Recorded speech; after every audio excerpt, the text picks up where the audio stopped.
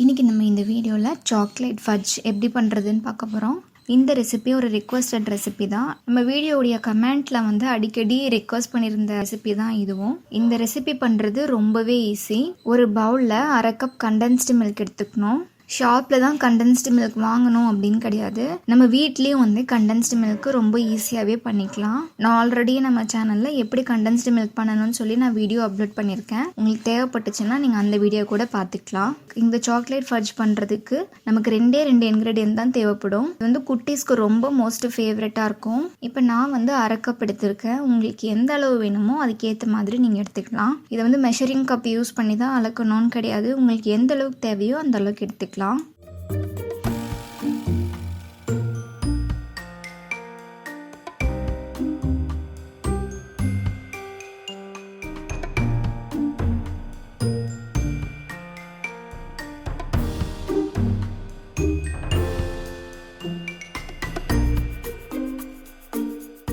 இது ஒரு பவுலுக்கு மாற்றின பிறகு இதிலே 2 டீஸ்பூன் கொக்கோ பவுடர் ஆட் பண்ணிக்கணும். கொக்கோ பவுடர் இல்லாதவங்க டார்க் சாக்லேட்ஸ் இருந்தால் கூட ஆட் பண்ணிக்கலாம். ஆக்சுவலாக வந்து சாக்லேட் ஃபட்ஜ் வந்து டார்க் சாக்லேட்டை மெல்ட் பண்ணி தான் ஆட் பண்ணிப்பாங்க. என்கிட்ட வந்து டார்க் சாக்லேட் இல்லாததால நான் கொக்கோ பவுடராகவே ஆட் பண்ணிக்கிறேன். ஒருவேளை உங்ககிட்ட டார்க் சாக்லேட்ஸும் இல்லை கொக்கோ பவுடரும் இல்லைனாலும் பரவாயில்ல, நம்ம வந்து மில்க் பவுடர் வந்து கூட ஆட் பண்ணிக்கலாம். அது வந்து ஒயிட் கலரில் சாக்லேட் ஃபட்ஜ் மாதிரி நமக்கு கிடைக்கும். அதுவும் டேஸ்ட் வைஸு ரொம்பவே சூப்பராகவே இருக்கும். இப்போ இதை ஆட் பண்ணிவிட்டு நல்லா கட்டி சேராமல் நல்லா மிக்ஸ் பண்ணி விடணும். இந்த மாதிரி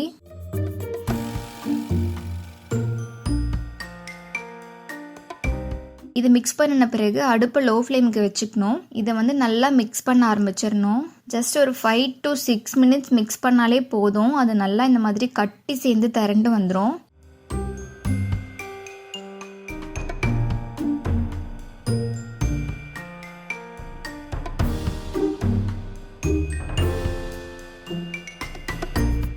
இதில் மிக்ஸ் பண்ணுறது மட்டும்தான் கொஞ்சம் கஷ்டமாக இருக்கும். குட்டீஸ் நீங்கள் இந்த ரெசிபி ட்ரை பண்ண வேணாம். மிக்ஸ் பண்ணும்போது கொஞ்சம் கஷ்டமாக இருக்கும். நீங்கள் மிக்ஸ் பண்ணும்பொழுது கட்டி சேரவும் வாய்ப்பு இருக்குது. அதனால் கொஞ்சம் பெரியவங்களே பண்ணுங்கள். இந்த மாதிரி மிக்ஸ் பண்ணி நல்லா கெட்டியாக எடுத்துக்கணும். அதுக்கப்புறம் நான் ஒரு பவுலில் கொஞ்சமாக எண்ணெய் தடவிட்டு நம்ம மிக்ஸ் பண்ண அந்த மிக்சரை இதில் ஆட் பண்ணிக்கிறேன். நல்லா இந்த பவுலில் ஆட் பண்ணி ஈக்குவல் பண்ணி விட்டுறணும்.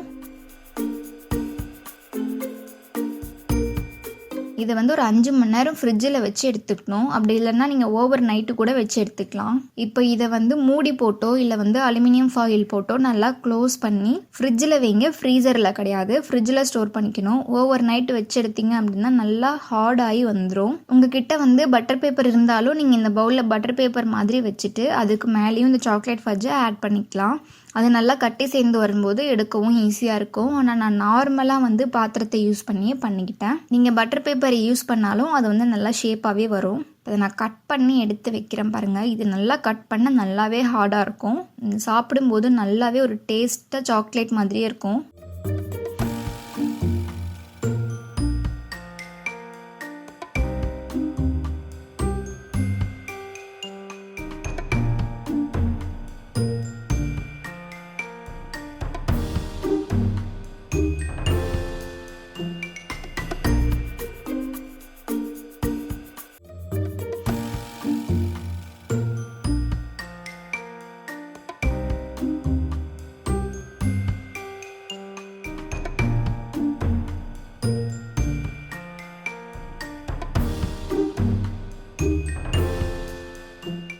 பாருங்க நல்ல ஒரு ஷேப்பில் வந்திருக்கு.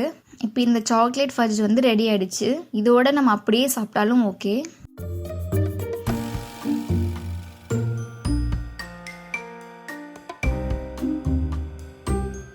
ஆனால் நான் வந்து இன்னும் கொஞ்சம் நல்லா எக்ஸ்ட்ராவாக க்ரன்ச்சியாக இருக்கிறதுக்காக நான் வந்து பிரெட் க்ரம்ஸ் வந்து பண்ணி வச்சுருக்கேன். அதை வந்து டிப் பண்ணி கோட் பண்ணிக்க போகிறேன். இந்த பிரெட் க்ரம்ஸ் ரெசிபியும் நம்ம சேனலில் ஆல்ரெடியே போஸ்ட் பண்ணியிருக்கேன். வேணுங்கிறவங்க பார்த்து தெரிஞ்சுக்கோங்க. இதை நல்லா டிப் பண்ணி எடுத்துக்கணும். இது வந்து ஆப்ஷனல் தான், கம்பல்சரி கிடையாது. ஆனால் இது சாப்பிடும்போது நல்லா ஒரு க்ரன்ச்சியாக ஒரு நல்ல ஒரு டேஸ்ட்டில் இருக்கும்.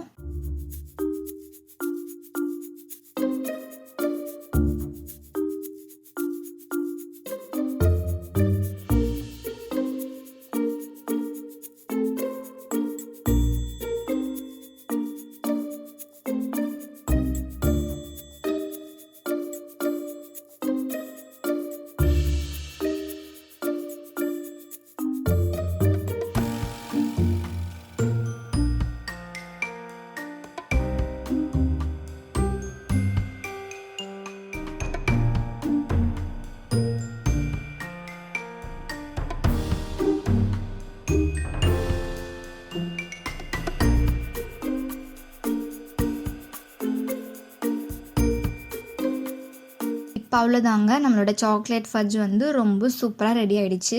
இது நீங்களும் வீட்டில் ட்ரை பண்ணி பாருங்கள். ட்ரை பண்ணி பார்த்துட்டு எப்படி இருக்குன்னு சொல்லுங்கள். இது பண்ணுறது வந்து ரொம்பவே ஈஸி, அவ்வளோ டேஸ்ட்டாக இருக்கும். குட்டீஸ்க்கெல்லாம் ரொம்ப ஃபேவரட்டாக இருக்கும். அடிக்கடி அவங்க சாக்லேட் சாப்பிட்றாங்கன்னு பயப்படுறவங்க குட்டீஸ்க்கு நீங்கள் இந்த ரெசிபி செஞ்சு கொடுங்க. இது ஹெல்த்தியும் கூட. நம்ம இதில் பெருசாக எந்த ஒரு இதுவுமே ஆட் பண்ணலை. ஜஸ்ட்டு கண்டென்ஸ்டு மில்க்கும் கொக்கோ பவுடரும் மட்டும்தான் ஆட் பண்ணியிருக்கோம். ஸ்வீட்னஸ்க்கு சர்க்கரையெல்லாம் தேவையில்லை. ஆல்ரெடியே கண்டென்ஸ்டு மில்கே நல்லா ஸ்வீட்டாகவே இருக்கும். அடுத்து நீங்கள் நம்ம சேனலில் இருந்து ஏதாச்சும் ரெசிபிஸ் ட்ரை பண்ணீங்க அப்படின்னா jkrecipe786@gmail.com இந்த மெயில் ஐடிக்கும் jkrecipe786 இந்த இன்ஸ்டா ஐடிக்கும் உங்களோட ஃபீட்பேக்கை ஷேர் பண்ணலாம். Thank you so much.